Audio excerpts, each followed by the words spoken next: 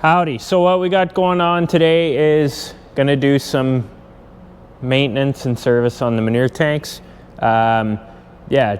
We start our field work off with manure 99% of the time. So there's not much to do to them. Just got a couple brake pads to change and a service on the fent. So a little bit about these tanks. It's a Noon quad tank, so two 5,000s hooked together.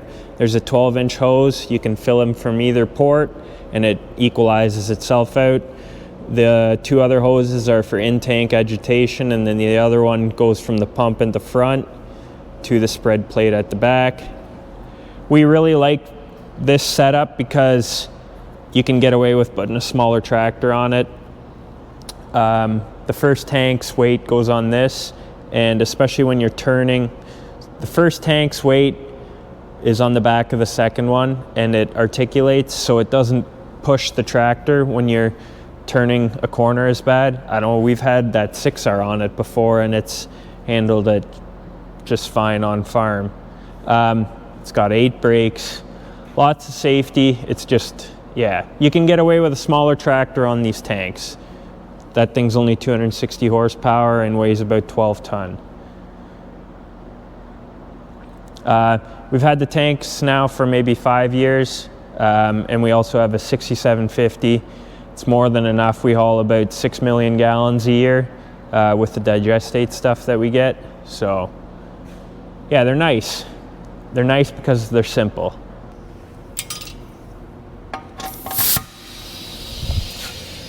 Yeah.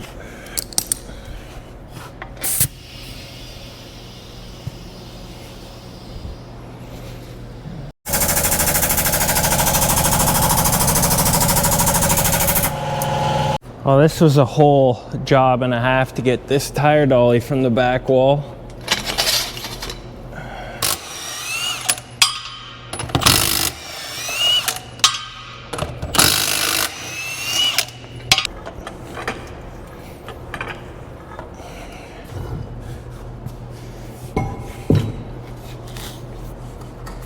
So this is what the brakes look like. They're a caliper brake with the cylinder compression, same as a car, compression piston inside this side, and then pushes and releases.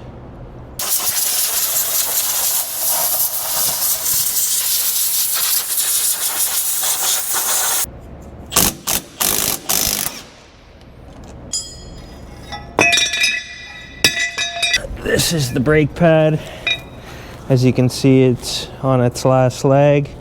The only thing I don't like, well, this one is actually wearing into the steel, is there's still meat on this side. Even when the brakes are hooked up, you can see that it squeezes close to the pins more than the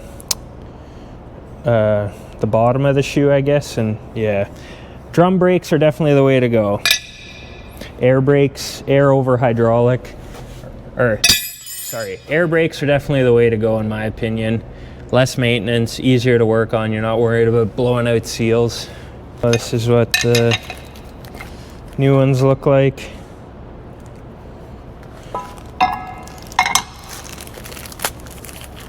New pins.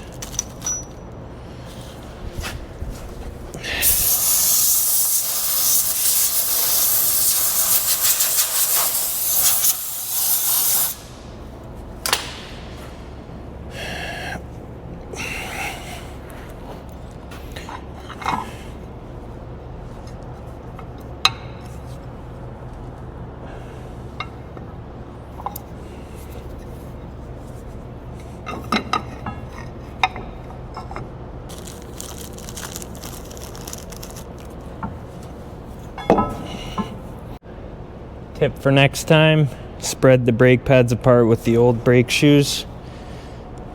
I don't want to show you how I did these because someone will yell at me.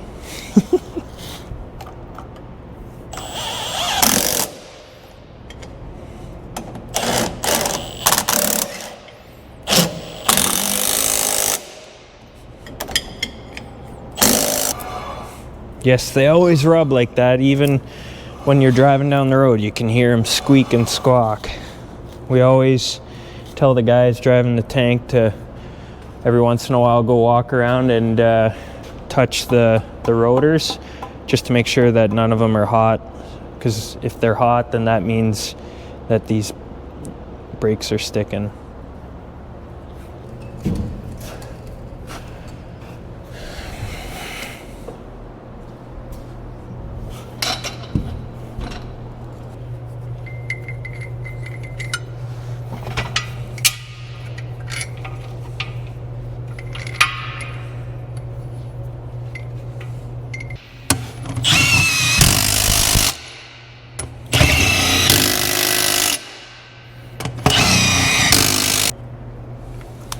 All right, so rode on there, got to retorque that one.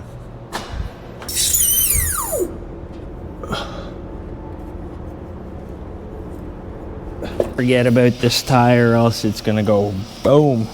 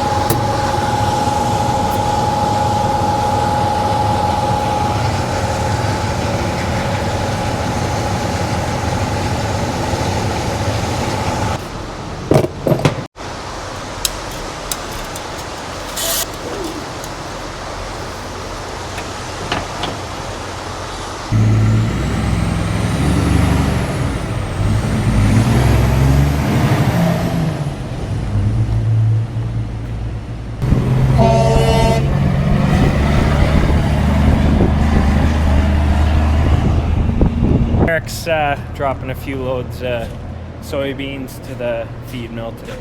So upon further investigation, I found out I only have to do one set of brakes. As you can see there, there's still a decent amount of carbide left on them. Of course, when I was looking at the tanks, I checked that one and I thought it was shot, so I was like, oh, there's probably a couple more that are shot, but for once, luck there. Other than that, the tanks are pretty well ready to go. Checked all the tire pressure, and we put the tanks away greased, and we rebuilt the pump last year. So other than that, it's ready to go. So we'll just clean the tractor out.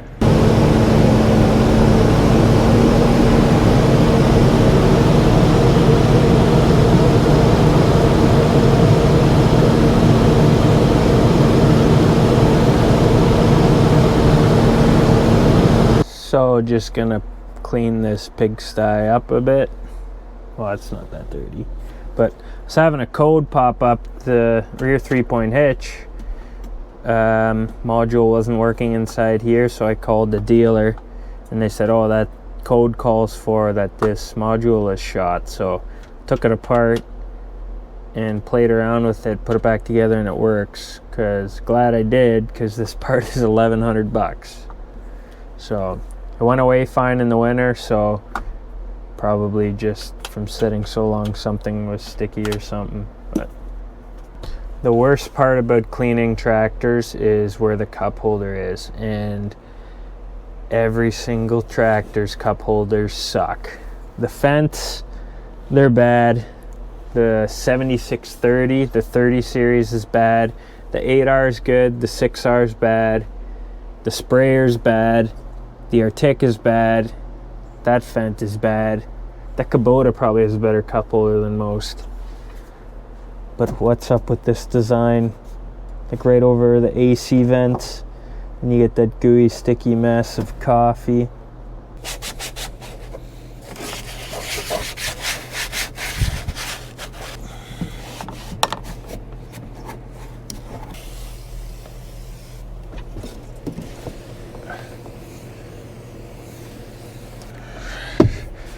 I haven't cleaned a tractor in quite a while. Usually one of the guys does it. Dennis was always good at it. He's watching this.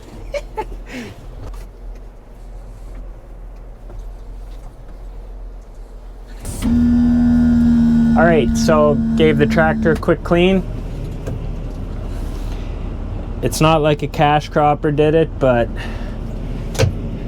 we're dairy farmers, so it's good enough.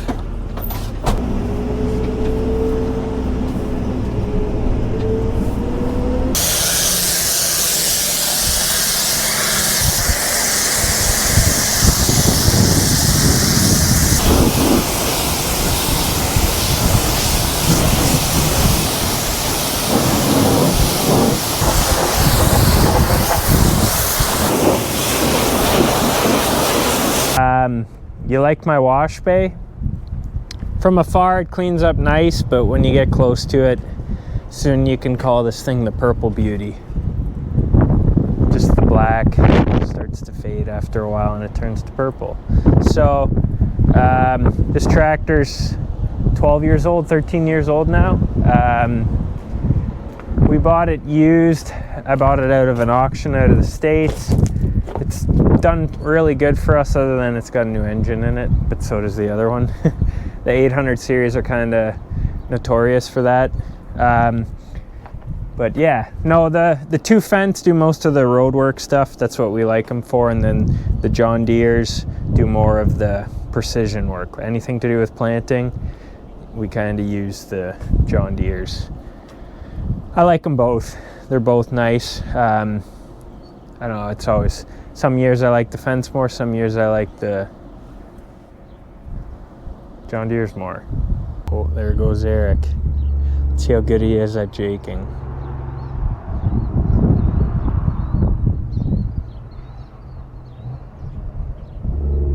Oh, that sounds cool.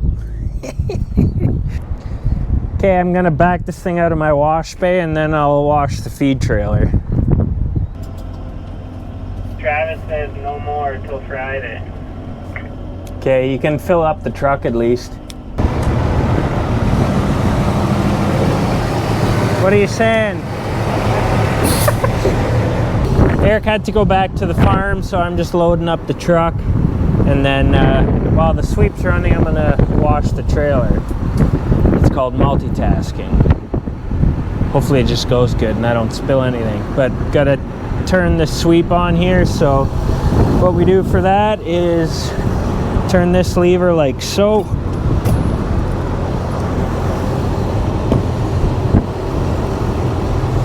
This one is sometimes a little bit difficult.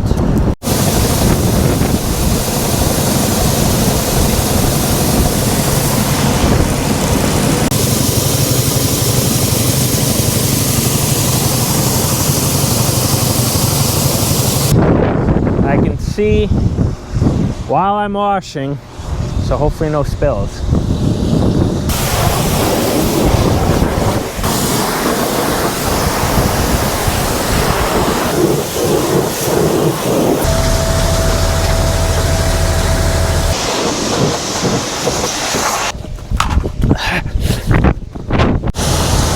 I almost spilled.